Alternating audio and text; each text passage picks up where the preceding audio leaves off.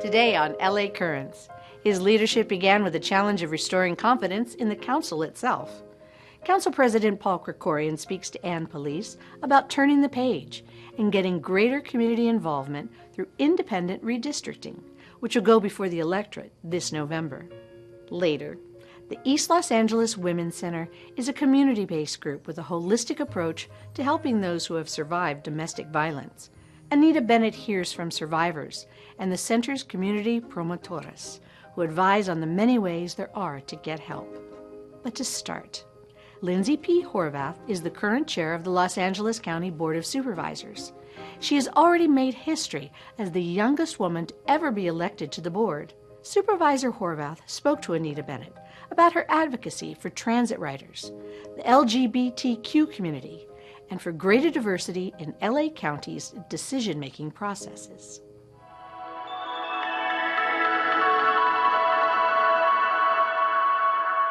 Hello and welcome to LA Currents. I'm Anita Bennett. Well, it's been a year since Lindsey Horvath was elected to the Los Angeles County Board of Supervisors. Horvath represents the 3rd District. That area spans from the Ventura County line to West Hollywood and includes the San Fernando Valley and Santa Monica. It's a big area with 2 million people and many different needs. Here to discuss the 3rd District and pressing issues for residents is Supervisor Lindsey Horvath. Thank you so much for having me. Yes, thank you for being here. My pleasure. So let's get started. A lot of issues in this district. What are your priorities? We have to focus, obviously, on the homelessness crisis. It's why my very first motion was authoring our declaration of emergency in partnership with Mayor Bass and cities throughout the county who really need the help and support and who just can't wait for the bureaucratic red tape to deliver results. And to make sure that we're not only addressing what we're seeing in the homelessness crisis, but also preventing it from getting worse and helping to keep people in the housing they're already in. So there's a lot to do on the homelessness crisis. It seems like progress is so slow. So what are the barriers to addressing this issue? So unfortunately, the services that exist to address the crisis are not aligned, or they haven't been. And so the mayor and I, the city and the county respectively, are working very closely to make sure that the distance that's been between the city and county for far too long is closed, and that we are working shoulder to shoulder, arm in arm, making sure that we are delivering the results that people expect. Let's talk a little bit about transportation. You're on the Metro Board. Yes. How do we get more people on public transport? We have to make it safer, and we have to help people see the value in taking Metro, that they can get to the places that they need. And that's why we're building out our regional infrastructure. Measure M is doing a lot to help us do that. But we also have to make sure that we're telling the success stories of how we're improving the Metro experience. Recently, Metro launched a security ambassador program that was started as a pilot program, is now going to be a program that eventually will be brought in-house to Metro and will stay longer term, because we've seen it's helped to not only increase safety, but increase accessibility for people who've never taken the Metro before. They now have people they can go to and ask them where they need to go, how they navigate the system. There's somebody there who understands the neighborhood as well, so they're welcoming them into the system. All of that is so critically important, especially if you've never used Metro here before. So we need our law enforcement officials, we need the transit security officers, but the ambassadors play a very critical role as well. And so I'm glad that they're part of our layered approach to having personnel throughout the system that help to keep people safe. I've been riding Metro myself to make sure that the issues that people have been raising I can see for myself and make sure that we're deploying the interventions that are needed throughout the system. So there's a lot of good progress that's happening, and I think that's how we're going to get people back into the system and also help to expand it. Good news. Let's talk about the Sheriff's Department. Okay. They frequently make headlines for the wrong reasons. Yes. The county oversees the Sheriff's Department. Are reforms taking place? Can you just tell us a little bit about what's happening? So there are changes that have come to the department, not the least of which is having a new sheriff, and I'm glad to have Sheriff Luna as a new partner in addressing these issues, but unfortunately we still see that there are concerns in the department as well, whether it's been the deaths in our jails, whether it's been reported uses of force. We have a lot of work to do, and unfortunately some of these changes are systemic and wouldn't be changed overnight just by replacing the sheriff. We have to entirely change the culture and root out what is causing all of these issues, whether it's the deputy gangs, whether it's conflicts that exist around stations and in communities. We have to make sure that law enforcement officials are embraced in a community and partner with a community, as opposed to some of the conflicts that we've seen over the past year. I'm excited to see that change. That's part of the reason I wanted to be a supervisor. I love that. Something else with the stigma attached is domestic violence. And when you were in the West Hollywood government, you were an advocate for getting people help. Are you going to continue that with the county? Absolutely. Before my work as an elected official, I was an advocate and supporter of organizations that are working to end domestic violence and gender-based violence. And so in the county, we know that there are services that exist, but again, because of how they get siloed in the various county departments, they often aren't accessed in the ways that people need them, and they can be incredibly difficult for people to figure out how to even get help in the first place. So that will be something, as I become chair next month, that will be something that I'm working on, is how do we align these services, center the people who need the help, and bring those services to them rather than asking them to go to all of these different places to get the help that they need. Make sure that the supports that we offer are actually meeting them where they are and delivering the help that they need. That's what we need to do, and I want to bring that model to the county. Excellent. You said you're going to be the chair of the board? Yes. How that happened fast? Tell me about it. I know. I'm excited. In fact, I guess the rotation was supposed to be that I would have come in as chair, so I am incredibly grateful to Supervisor Hahn, who has chaired our board this year, who stepped out of rotation, took that leadership role, and has been phenomenal this entire year, and a great example for me coming into the role. So now here I am. I will be the youngest chair ever in the history of the board. And I think that it's an opportunity for us to bring more and different voices into the work of the county, making sure that we are looking at the diversity of Los Angeles County and that it should be reflected in how we make our decisions. So as somebody who is bringing a bit of a different perspective, as a renter, as the first millennial, somebody who sees our county just a little bit differently, it's an opportunity for us to bring in all different kinds of voices into the work. You've prioritized LGBTQ rights. Yes. Is that something you want to continue? Absolutely. I think we've seen, unfortunately, a wave of hate against our LGBTQ plus community, against our Jewish communities. There's so much hate that's out there right now. There's so much hate and divisiveness. And the county has launched LA versus Hate as a collaborative approach to bringing people together, to tackling difficult conversations and creating space for people to have civil discourse on some of those really challenging issues and make sure that all of our communities are safe for everyone. So we're celebrating Pride right here in LA, but we know throughout the country there's a pretty dark backdrop of hatred and bigotry and all kinds of anti-LGBT legislation. Can you imagine they're trying to outlaw this? To ban drag? What made you want to get into public service? Wow. Well, it wasn't something that I set out to do. A lot of people ask me, if I ran for government when I was in school and all that sort of thing. Honestly, I didn't know that I was going to be an elected official. I very much enjoyed being an advocate and a community organizer, working on issues that I was passionate about and being able to be a voice for others. So I'm just as comfortable going back to the street corner with a bullhorn as I am sitting at the desk that I'm at now. But I think it's important to have people in those seats who are willing to work with the public and really listen. And that's what I seek to do.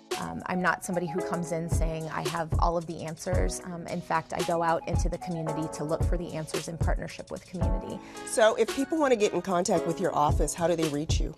You can go to our website, which is lindseyhorvath.lacounty.gov. You can also email us at 3rd District at BOS, like Board of Supervisors.lacounty.gov. That's GOV.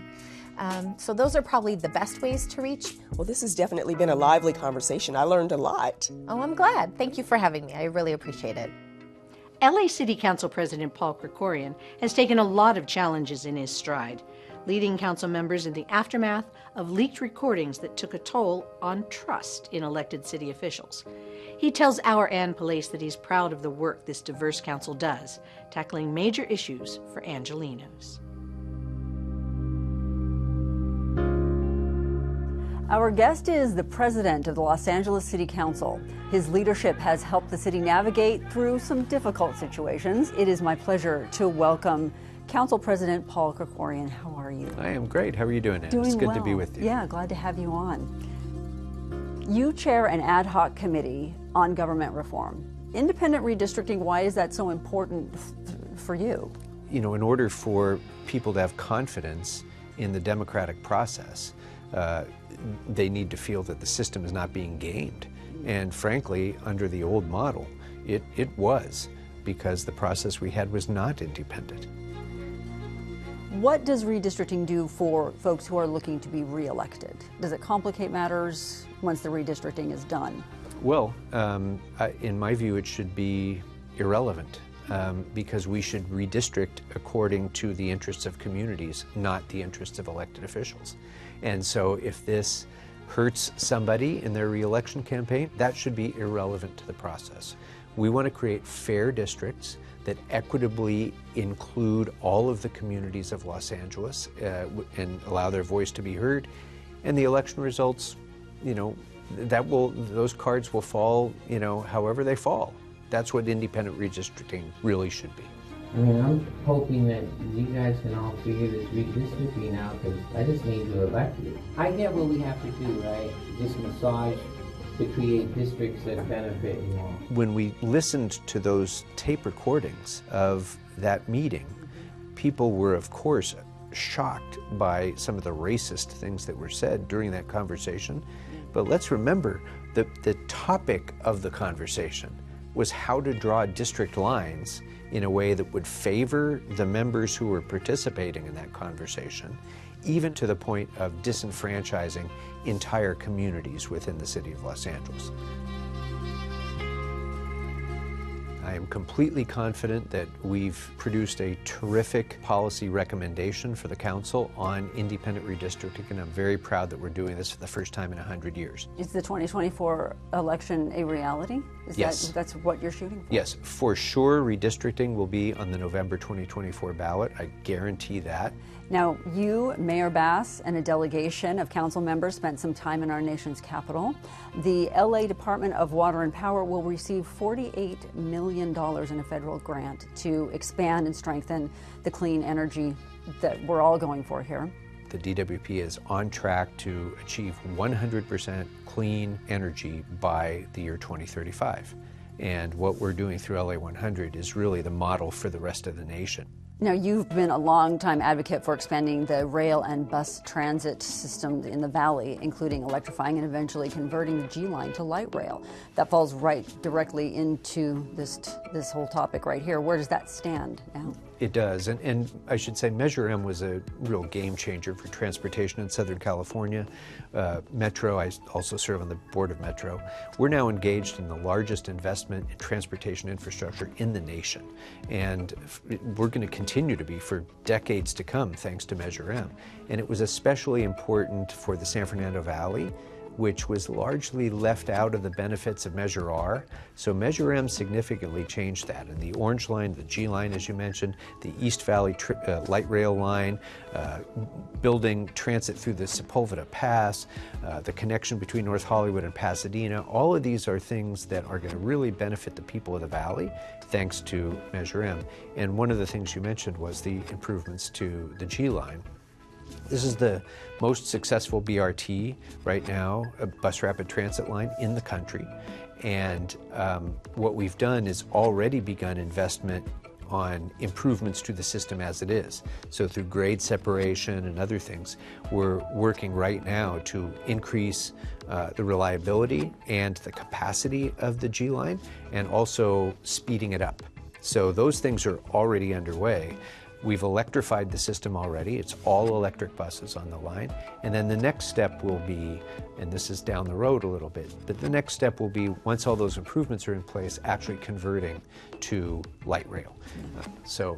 But all of those are really important steps forward for transit and for the environment. You and Council Member Hugo Soto Martinez introduced a motion to eliminate the non-vending zone on Hollywood Boulevard that's been in place since 2018. What's next if that motion passes?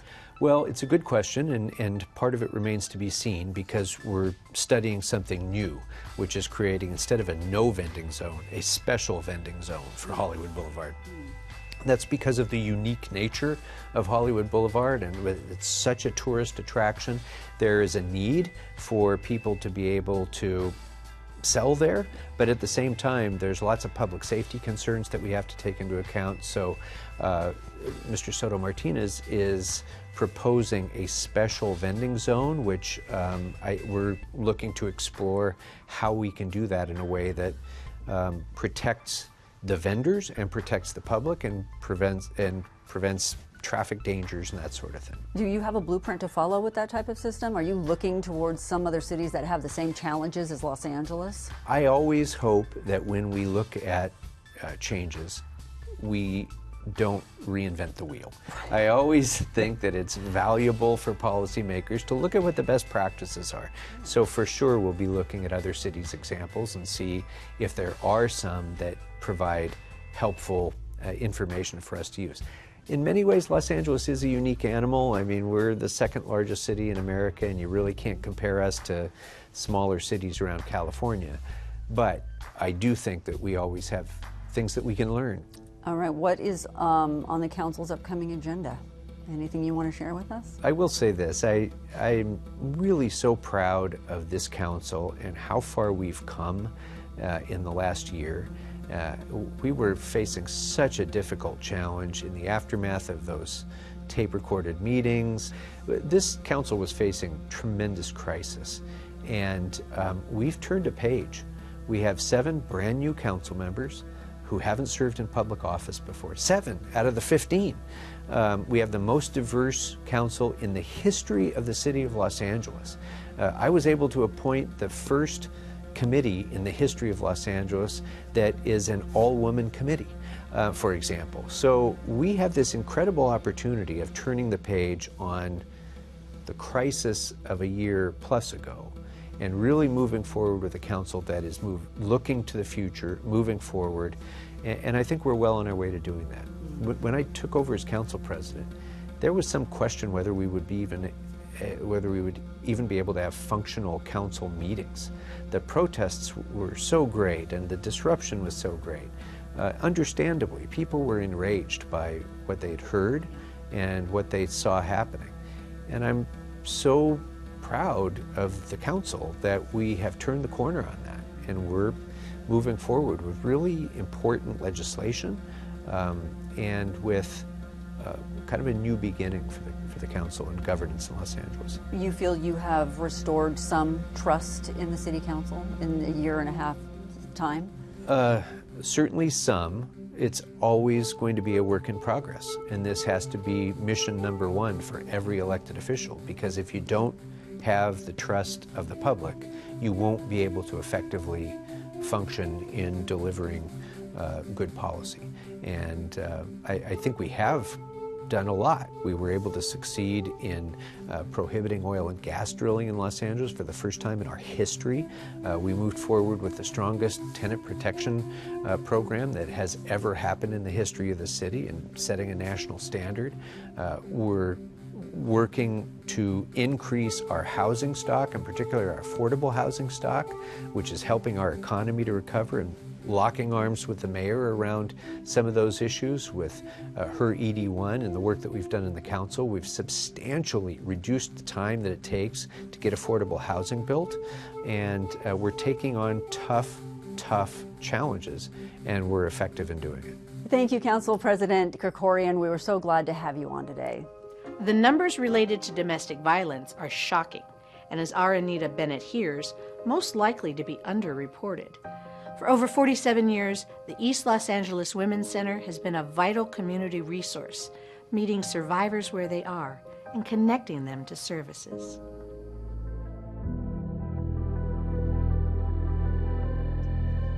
When we hear the words domestic violence, many people think it can't happen to me. Well, it actually happens more often than you think, but there are places you can turn for help. One such place is the East Los Angeles Women's Center.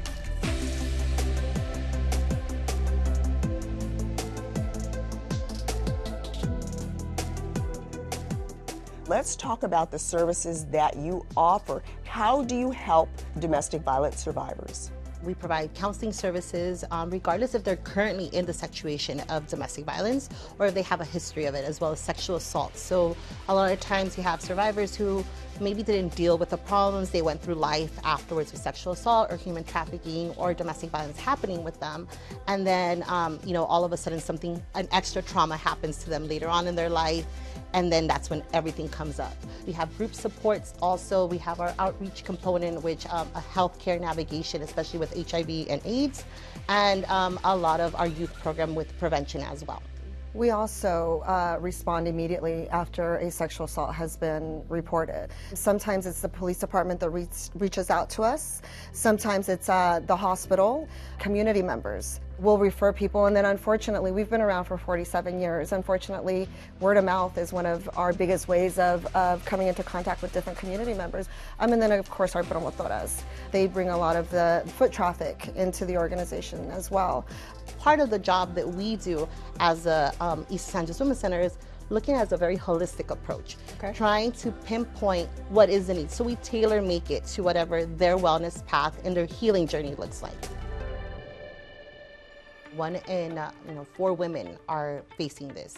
Statistically, sometimes it says 1 in 2 women, depending on what you're looking. Is it the physical, is it domestic violence, is it sexual assault and domestic violence? So a lot of them kind of intersect. So when you start looking at statistics, it's usually 1 in 3 women, 1 in 2 women.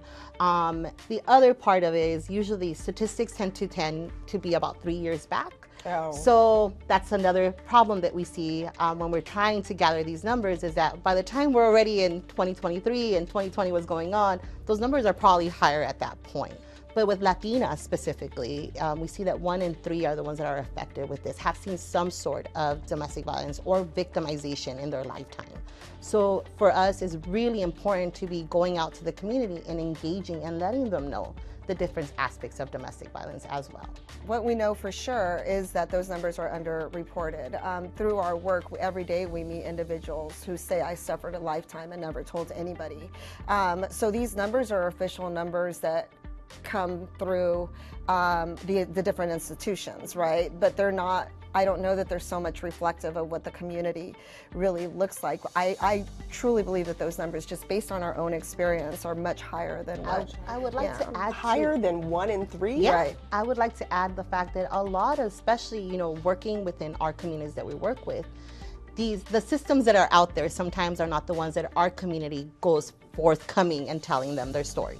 So most of the times it's outside of that system. So we're not quantifying the numbers there. You're talking about, a friend telling another friend, for us in Spanish it's a comadre talking to another comadre about what is going on. Those numbers are not going to reflect when you look at actual statistics and being tallied. So that is the reason why, we're seeing that these numbers are a lot higher than anything else. And that's kind of heartbreaking, because already you're seeing 1 in 3. Right. Yeah. And it's really sad. And it takes about 6 to 7 times for a person even to leave. And that's just what's been also statistically seen. Sometimes it's a lot higher, or, because of the way sometimes the story ends at the end. Going back to your original question, our community, the Latino community, is specifically the immigrant community, doesn't often go to the various institutions and say, this is what's happening to me. And so that's part of our work, and part of our ability is because we have trust with different institutions, we can be the buffer between what it is that the survivor needs and what it is that the system needs in order for them to heal or get to the next step or take care of whatever it is they need to take care of. Thank you so much for clarifying that. Thank you, Ruth, for coming here. And you are going to leave us now. Rebecca, you will stick around. And we'll be right back to talk about community outreach for survivors.